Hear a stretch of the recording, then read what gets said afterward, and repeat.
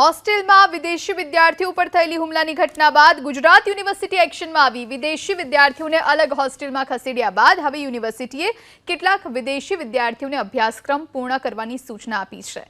હાલ યુનિવર્સિટીમાં 180 થી વધુ વિદ્યાર્થી અભ્યાસ કરે છે। આ તમામ વિદેશી વિદ્યાર્થીઓ છે। યુનિવર્સિટી પ્રશાસનના ધ્યાને આવ્યું કે 7 થી વધુ વિદેશી વિદ્યાર્થીઓ એવા છે જેઓ બિનજરૂરી રીતે ભારતમાં રહેવાનો પ્રયાસ કરી રહ્યા છે। એક વિષયની પરીક્ષા બાકી હોવા છતાં અહીં રહેવા માટે પરીક્ષા નથી આપતા, જેથી આવા વિદ્યાર્થીઓને પરીક્ષા પ્રક્રિયા પૂર્ણ કરી તાત્કાલિક સ્વદેશ પરત ફરવા સૂચના અપાઈ।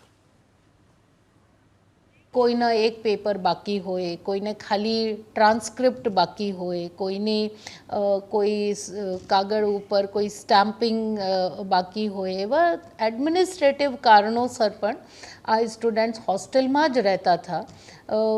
એ સ્ટુડન્ટ્સ હવે હોસ્ટેલમાં સ્ટુડન્ટ તરીકે ના રહે અને એ પોતપોતાના દેશમાં જાય એની આખી વ્યવસ્થા કરી છે। અને જે સ્ટુડન્ટ્સના પાસ્ટ પેપર બાકી હતા, બેક પેપર, એના પેપર્સ બધું પ્રક્રિયા, પેપર વર્ક એ બધું આજે પતી ગયું છે।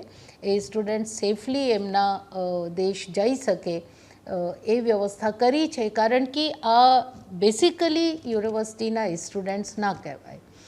સો એક્સ સ્ટુડન્ટ તરીકે હવે અમે હોસ્ટેલમાં કોઈને નથી રાખવા માંગતા।